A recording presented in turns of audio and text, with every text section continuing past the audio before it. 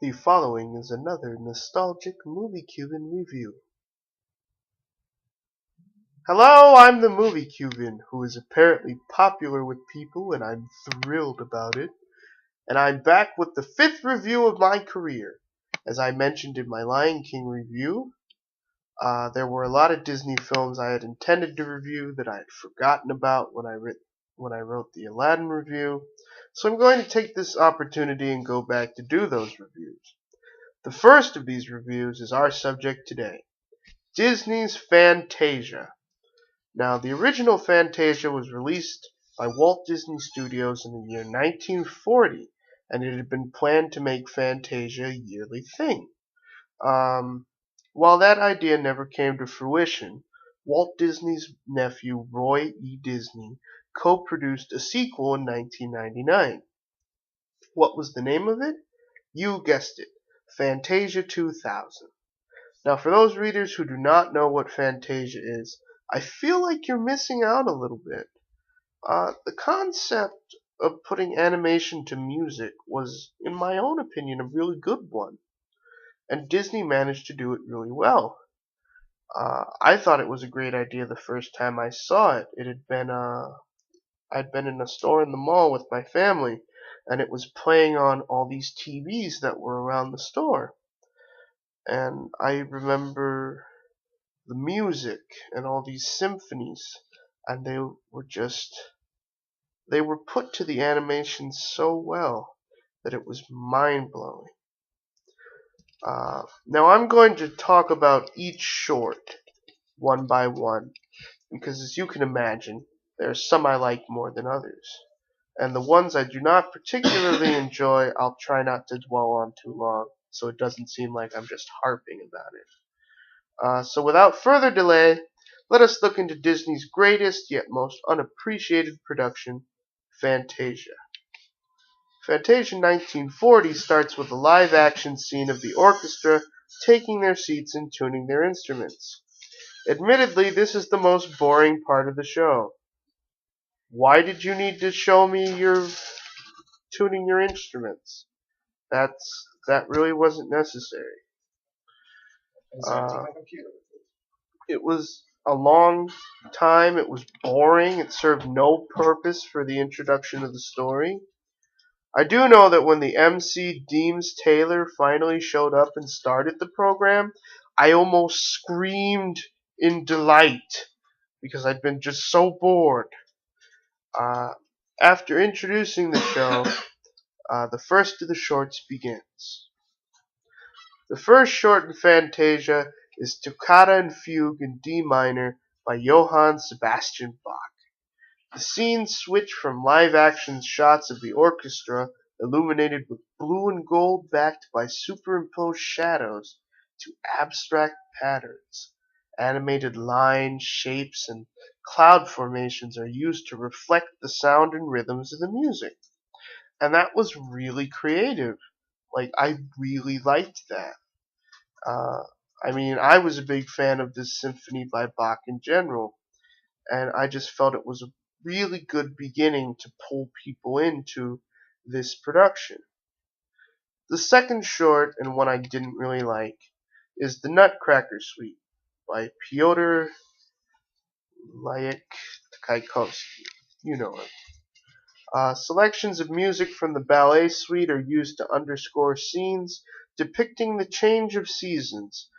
Fairies, fish, flowers, mushrooms, and leaves perform various dances, including, I think I recognized, the dance of the sugar plum fairy, the Chinese dance, dance of the flutes, Arabian dance, Russian dance, and waltz of the flowers there at the end. I didn't recognize half of these songs. I admit I had to look this up. But that scene bored me. In fact, I don't think there's a single part of this scene that I even liked. But I think that's just because it was ballet, and ballet's not really my thing. The third short is The Sorcerer's Apprentice by Paul Dukas. This is the story of Mickey Mouse as the young apprentice of the mighty sorcerer Yen Sid, who attempts to use his master's magic tricks but has no idea how to control them. Naturally, things run amok as a result of Mickey's actions, and it requires the intervention of Yen Sid to bring the chaotic events to a close. Now, this was a scene I enjoyed. Not only did I enjoy it because it is a classical cartoon and I've seen it before, but also for the way the animation and music seemed to go together.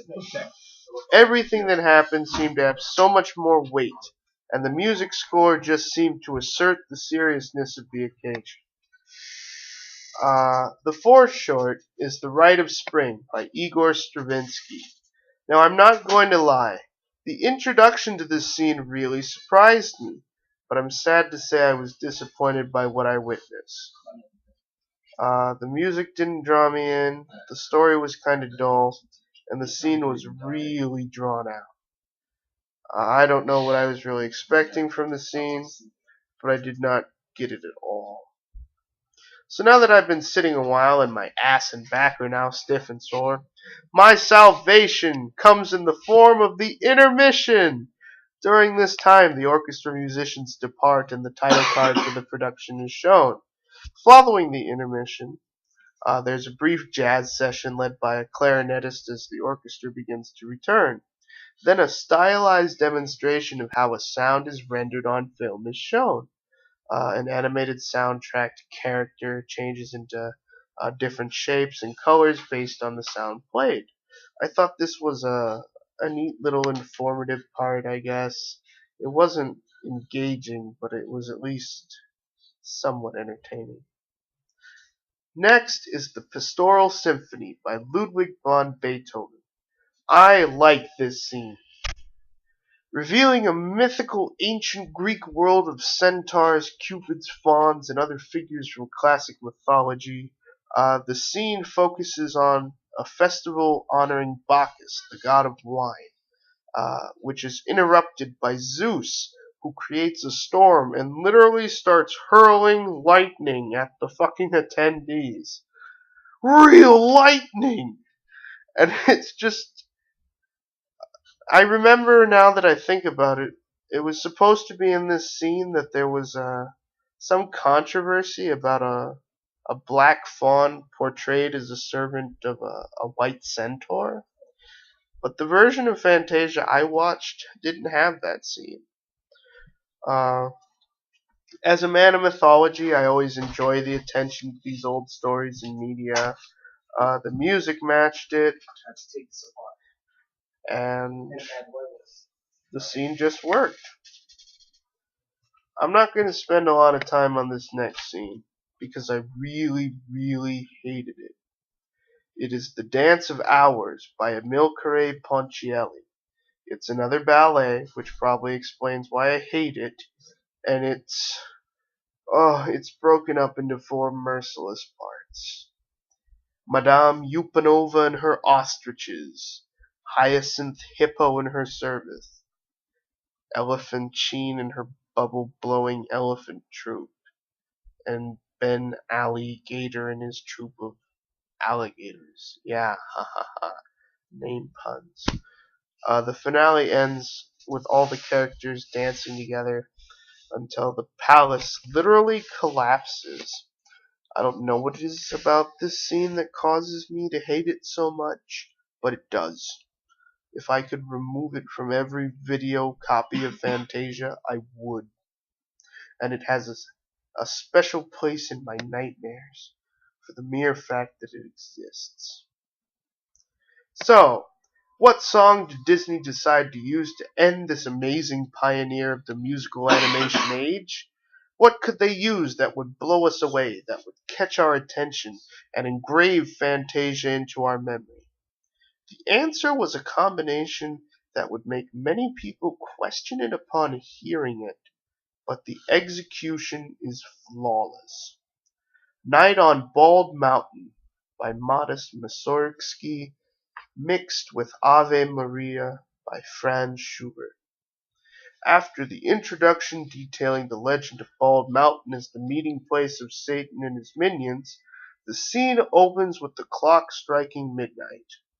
Now, I know there's a lot of controversy in this scene, and Doug Walker complained about this in his top 11 villains, because apparently the giant thing that shows up on Bald Mountain is supposed to be the demon Chernabog, and he's the one who's summoning all these evil spirits and restless souls from their graves. But it's the devil. Like, you can't argue it's not the devil. There's this giant winged dark creature. He's raising souls up from hell just to cast them down again. And he can only be defeated by white light and the sound of church bells and Ave Maria. To quote Doug Walker, it's the fucking devil! Hey, devil. Anyway, the scene is just really good. It's a cycle of resurrection, condemnation, and, it's just great. The spirits fly about, filling the night with terror, until driven back by the sound of the bell, and a chorus is then heard singing Ave Maria as a line of robed monks walk with lighted torches through a forest and into the ruins of a cathedral. Now, I'm going to say, honestly, this is my favorite scene in the whole movie. It gave just the right amount of feeling to the audience. I have to admit, I was kind of scared the first time I saw this scene with Chernabog, or the devil, or whoever you want to call it. And the overcoming of the devil at the end with the singing of Ave Maria is just such a wonderfully religious moment to me, highlighting the light overcomes darkness theme and emphasizing the construed power of God being greater than Satan. No matter who you are, you should get some kind of satisfaction from seeing the devil foiled in his plans. That's the end of Fantasia. Next time I'm going to take a look at the sequel Fantasia 2000, because quite frankly I've run out of time now and don't want to keep you any longer. So, I'm the Movie Cuban, and I'll see you next time.